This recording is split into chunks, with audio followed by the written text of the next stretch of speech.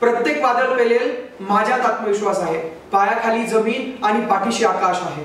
धरतीवरती पाय रोवून सह्याद्री सारखा मी ताट आहे. जाऊन सांगा त्या वादळांना त्यांची एका मराठी माणसाची गाठ आहे, त्यांची एका मराठी उद्योजकाची गाठ आहे. मित्रांनो, नाव माझं किरण गडाख. बेसिकली संगमनेर मधल्या एका छोट्याशा गावात जन्म झाला. आज मी खूप खुशनसीब आहे की मला मी उद्योजक या चॅनलवरती यांनी आपली सक्सेस स्टोरी शेअर करण्यासाठी आणि तुम्हा सगळ्यांना गाईड करण्याचा मौका दिला. मित्रांनो, माझा जन्म संगमनेरचं एक छोटंसं गाव गडाख पारेगाव नावाच्या गावात जन्म झाला. आणि जर तुमचा जन्म एका मिडल क्लास किंवा एका मिडल क्लास फॅमिलीमध्ये होतो त्यावेळेस तुमच्याकडे खूप काही ऑप्शन्स नसतात. तुमची जी सिच्युएशन्स असते त्याला फेस करणं आणि त्याच्यातनं बाहेर येऊन तुमचं स्वतःचं नाव क्रिएट करणं हेच तुमच्याकडे असतं. आणि तसंच झालं. माझ्या आई वडिलांची जी पण आपण कट करू शकतो. माझा जन्म संगमनेर मधल्या एका छोट्याशा गावात गडाख पारेगाव मध्ये झाला.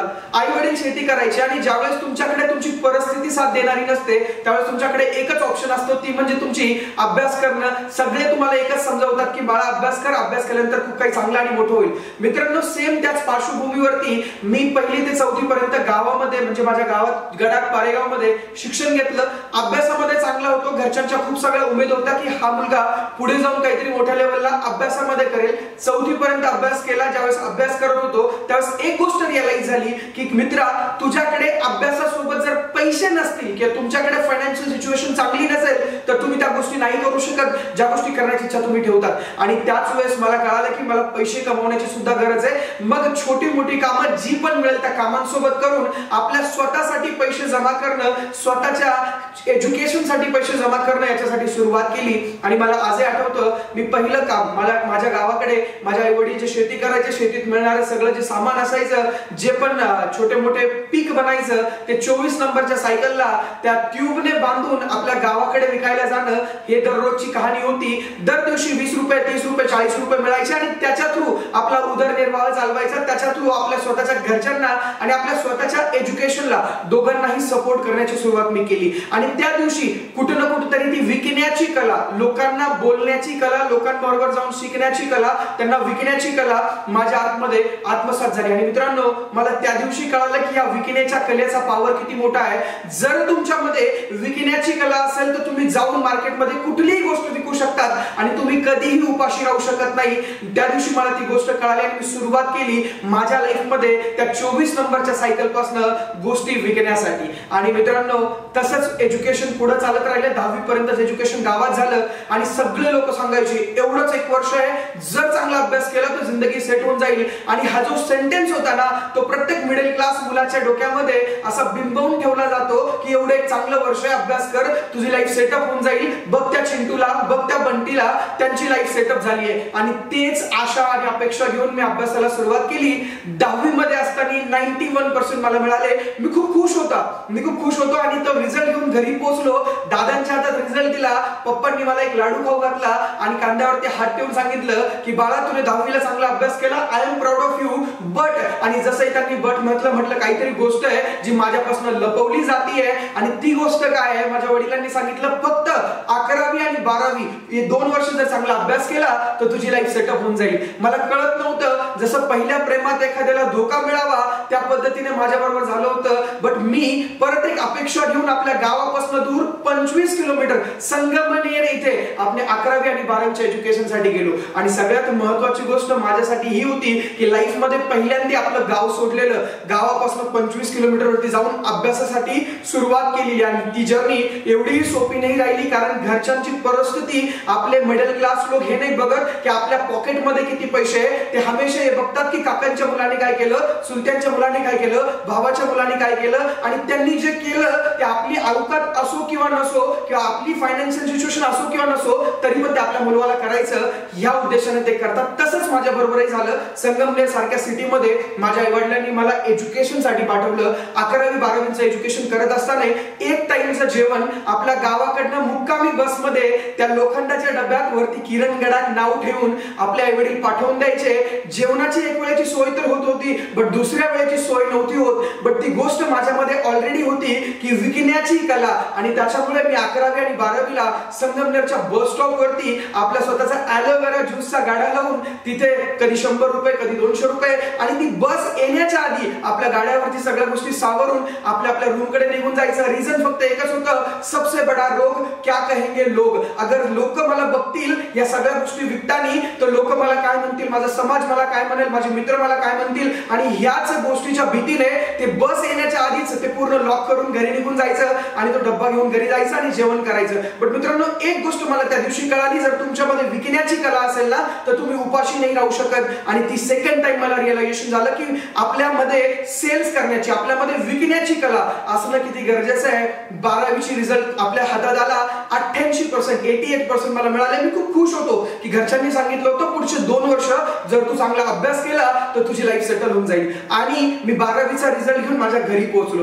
तुमच्या आणि माझ्या खानदानामध्ये असं कोणीतरी एक व्यक्ती नक्की असतो ज्याचं स्वतःचं मेमरी कार्ड 256 GB चं असतं. शिकताना एकदा शिकतो, लिहिताना किती वेळेस लिहितो त्या बिचाऱ्यालाच माहिती असतं. आणि तो एकदा शिकतो, 10 वेळेस लिहितो, त्याला मार्क्स त्या प्रकारचे मिळतात. बट तुम्हाला आणि मला मिळत नाही. आणि तो भाऊ सुद्धा त्या दिवशी माझ्या घरी पोहोचलेला होता. मला वाटलं किती खुश असतील सगळे ज्यांना कळालं की किरणने 10वीला 88% मिळाले. आणि मी तो रिझल्ट घेऊन घरी पोहोचलो होतो. आणि पोहोचल्यानंतर वडिलांच्या समोर तो रिझल्ट ठेवला, त्या भावाच्या समोर तो रिझल्ट ठेवला.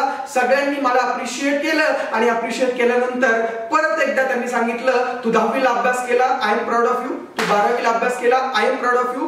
नाव तुला पुढचे 4 वर्ष परत एकदा शिकावं लागेल जर तुला तुझी लाईफ सेटल व्हायची असेल तर. आणि त्या दिवशी मला काहीतरी गोष्ट कळाली. आणि ती गोष्ट ही होती की किरण, घरचे लोक किंवा समाज तुझ्याकडनं अशी कुठली तरी एक गोष्ट आहे जी लपवतोय आणि त्या गोष्टीपासून तुला दूर जावं लागेल, त्या गोष्टीला तुला सर्च आउट करावं लागेल. आणि त्या दिवशी मी या गोष्टीच्या सर्चिंग मध्ये लागलो की माझ्याकडनं काय लपवलं जातंय. आणि मला त्या दिवशी समजलं की माझ्यापासून एक गोष्ट लपवली जाते आणि ती म्हणजे की मला माझ्या स्वतःच्या हिमतीवरती काहीतरी करावं लागणार आहे. त्या दिवशी मला रिअलाइज झालं. आणि रिअलाइज झाल्यानंतर मी माझ्या स्वतःचं करिअर, माझ्या स्वतःची इन्कम सोर्सेस वयाच्या 19व्या वर्षापासूनच सुरू करावे या उद्देशाने मी माझे पावलं उचलायला सुरुवात केली. वय वर्ष 19 होतं त्यावेळेस कळालं की या जीवनामध्ये जर श्रीमंत बनायचं असेल तर 5 तरीके आहेत श्रीमंत बनण्याचे. सगळ्यात पहिला तरीका, तुम्ही श्रीमंताच्या घरात जन्माला या. तुम्ही जन्माला आल्यानंतरच तुमचं आडनाव अडाणी, अंबानी, बिर्ला किंवा टाटा यांच्यापैकी जर काही असेल तर तुम्ही श्रीमंत बनू शकता. बट तो ऑप्शन तुमचा आणि माझा निघून गेलाय. तुमच्याकडे माझ्याकडे असं कुठलाही टाइम मशीन नाहीये की तुम्ही 20 वर्ष मागे जाऊन जन्म घेऊ शकतात. मग दुसरा वेळ येतो, तुम्ही एका श्रीमंताच्या मुलीशी लग्न करा. आता मलाही माहितीये तुमच्याकडे खूप सगळ्या लोकांकडे आजही होप्स असतील, but I will tell you हा खूप कमी चान्सेस आहे त्याच्यामध्ये तुम्ही जाऊ शकतात. तिसरा वेज असतो तुमच्याकडे की तुम्ही स्वतः तुमचा एखादा युनिक टॅलेंट घेऊन जन्माला याल. Unique talent, acting, dancing, singing, comedy असं काहीतरी घेऊन जन्माला याल. आणि जर असं काही तुमच्यामध्ये असतं तर 18, 19, 20 वर्षांचं वय तर झालंच असेल, दिसलं असतं तुमच्या आतमध्ये जर ती गोष्ट काही असती तर. आणि चौथं असतं तुम्ही युनिक डिग्री घेऊन पैदा व्हाल. जर तुमच्याकडे आणि माझ्याकडे डिग्रीची गोष्ट केली तर ज्या कॉलेजांमध्ये तुम्ही आणि मी शिकतोय त्या कॉलेजांची नावं सुद्धा संतांच्या नावाने सुरू होतात. त्या कॉलेजांचे ऍड्रेस पप्पू धाबाच्या बाजूला, खडी क्रिएशन मशीनच्या साईडला अशा पद्धतीने आहे. मित्रांनो, मला तुम्हाला काय सांगायचंय, ज्या कॉलेजमध्ये तुम्ही आणि मी शिकतोय त्या कॉलेजमधला अप्रॉक्सिमेटली 50% स्टाफ त्याच कॉलेजमधनं पास आउट आहे. म्हणजे काय, एक शेतकरी जर तो माल आपल्या घरी ठेवतो जो डंक लागलेला आहे, जो 1 नंबर नाहीये, जो 2 नंबर आहे, जो मार्केटमध्ये चालूच शकत नाही, तो माल आपल्या घरी ठेवतो, तर भरपूर सगळे असे कॉलेजेस आहेत with the respect and regard. ते कॉलेजेस, त्या कॉलेजमधनं टीचर्स लोक असे ठेवत आहेत ज्या लोकांना ऑलरेडी कुठंच मार्केटमध्ये नाव नाही मिळालं, त्यांनी तिथेच ठेवून घेतले आणि त्यांच्याकडनं तुम्हाला शिकवण्याचा वेळ मिळतोय. मित्रांनो, चौथा ऑप्शन निघून गेला. 5वा ऑप्शन असतो तुम्ही उद्योजक बनू शकतात. तुम्ही तुमचा बिझनेस करू शकतात. तुम्ही तुमचा स्वतःचा एक नवीन धंदा सुरू करू शकतात. बट धंदा सुरू करायचा, आज तुम्ही 2020 सेंचुरीमध्ये आहात. तुमच्याकडे 2 गोष्टी आहे. एक तर तुम्ही त्याच ट्रेडिशनल वेजने जा ज्या ट्रेडिशनल वेजने तुमचे मम्मी, पप्पा, भाऊ, बहीण आणि खूप सगळे लोक गेलेत, किंवा तुम्ही स्वतःला युनिक बनवा आणि टेक्नॉलॉजीचा सपोर्ट घ्या. मित्रांनो, तुम्ही स्वतःला सेल्स आणि मार्केटिंग या प्रोफेशन मध्ये घेऊन येऊ शकतात. मी असं का बोलतोय, कारण एक विकणारा माणूस कधीच उपाशी राहू शकत नाही याची गॅरंटी मी तुम्हाला देतो. कारण जर तुमच्यामध्ये विकण्याची कला आली तर तुम्ही कुठेही उभे राहून तुमचा स्वतःचा धंदा सुरू करू शकतात. तुमचा उद्योजकपणाचा जो एक उद्योजक आहे तुमच्या आतमध्ये, त्याला तुम्ही बाहेर काढू शकतात. रिझन फक्त याच आहे, तुमच्या आतमध्ये ती गोष्ट असणं गरजेचं आहे की विकण्याची कला. भरपूर लोकांना मी ज्यावेळेस म्हणतो की तुम्हाला बिझनेसमन बनायचंय का, तुम्हाला उद्योजक बनायचंय का, त्यावेळेस ते लोक म्हणतात नाही, मी नाही बनू शकत. 5 गोष्टी आहेत जे तुम्हाला उद्योजक बनण्यापासून थांबवतात. सगळ्यात पहिली गोष्ट जी त्याच्यापासून तुम्हाला दूर व्हावं लागेल ती म्हणजे तुमच्या आजूबाजूचं ते सराउंडिंग जे तुम्हाला निगेटिव्ह करतं. मी खूप सगळ्या वेळेस लोकांना बघतो ते त्याच लोकांमध्ये राहतात. तुम्ही खूप सगळं वेळेस ऐकलं असेल, तुम्ही त्या 5 लोकांचे ऍव्हरेज बनतात ज्या लोकांसोबत तुम्ही राहतात. मग तुम्ही कोणासोबत राहताय, त्या लोकांची काही पर्स्पेक्टिव्ह व्ह्यू आहेत का त्यांच्या लाईफला घेऊन, त्यांना काहीतरी करायचं आहे का त्यांच्या लाईफला घेऊन. आणि जर असे लोक तुमच्या आजूबाजूला नसतील तर पुढच्या 5 वर्षानंतर सुद्धा तुमची सिच्युएशन तीच असेल जी आज आहे. तर चेंज युअर सराउंडिंग. तुमच्या स्वतःचे जे आजूबाजूचे लोक आहेत त्यांना तुम्ही बदला. ज्यावेळेस तुम्ही उद्योजकाची जर्नी सुरू कराल, सगळ्यात पहिल्यांदा तुम्हाला तुमच्याशीच लढावं लागेल.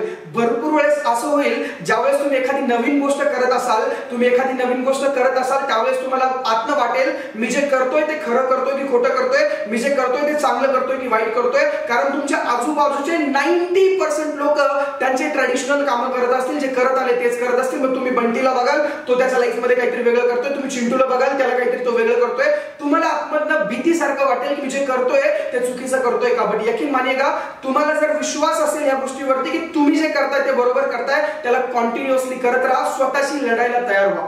ज्यावेळेस तुमची लढाई स्वतःशी कंप्लीट होईल, नंतर तुम्हाला लढावं लागेल त्या लोकांशी जे तुमचे नियर अँड डिअर आहेत, ज्यांचं आडनाव आणि तुमचं आडनाव मॅच होतं, त्या लोकांना तुम्हाला आता लढावं लागेल. मी तलवारीने आणि भाल्यांनी लढण्याची गोष्ट नाही करत आहे, मी तुम्हाला गोष्ट करतोय त्यांच्या विचारांशी तुम्हाला लढावं लागेल, त्यांच्या अपोजिशनशी तुम्हाला लढावं लागेल. ते तुम्हाला भरपूर सगळ्या वेळेस क्रिटिसिझम करतील, त्यांच्याशी तुम्हाला लढावं लागेल. आणि तुमच्या घरच्यांशी, तुमच्या रिलेटिव्हशी लढावं लागेल. आणि जर तुम्ही ते लढून तिसऱ्या पायरीवरती पोहोचाल, त्यावेळेस तुम्हाला समाजाशी लढावं लागेल. सगळी दुनिया एका साईडला असेल, तुम्हाला म्हणेल तू हे जे करतोय ते बंद कर, तू जे करतोय त्याला स्टॉप कर. बट तुम्हाला तुमच्या कामावरती विश्वास पाहिजे.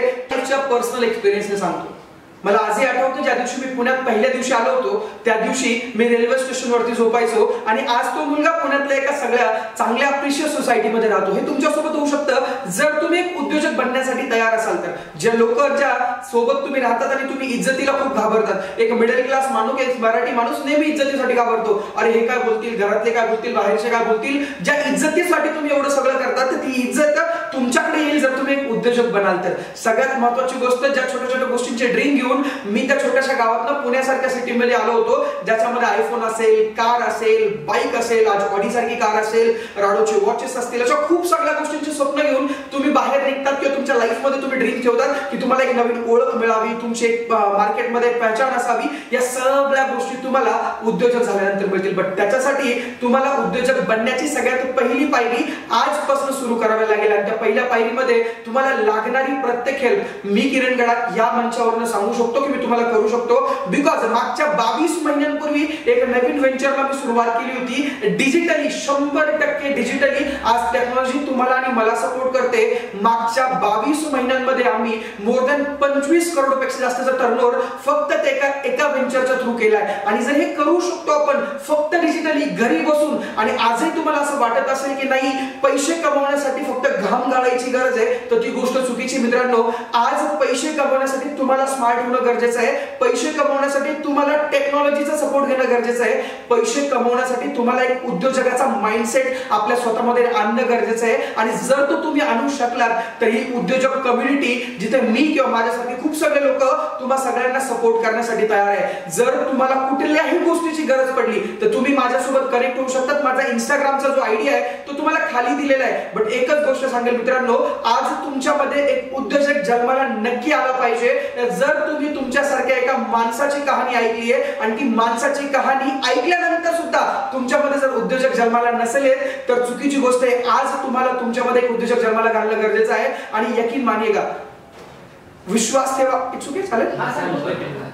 विश्वास ठेवा तुम्ही माझ्यावरती. जर ज्या दिवशी तुम्ही स्वतःच्या आतमध्ये एक उद्योजक जन्माला घालायला, त्या दिवसानंतर तुमची फॅमिली, तुमचे रिलेटिव्ह, तुमचे मित्र आणि त्याच्यासोबतच तुमचा समाज सुद्धा तुमची रिस्पेक्ट करायला सुरुवात करेल. आणि सगळ्यात महत्वाची गोष्ट, ज्या दिवशी तुम्ही सक्सेसफुल बनाल तर स्वतःच्या फक्त लाईफवरती नाही तर समाजाच्या लाईफवरती, फॅमिलीच्या लाईफवरती, मित्रांच्या लाईफवरती आणि स्वतःच्या लाईफवरती सुद्धा एक खूप मोठा इम्पॅक्ट पडू शकतात. मित्रांनो, आजपासून एक नवीन उद्योजकाचा जन्म तुमच्या लाईफमध्ये झाला पाहिजे.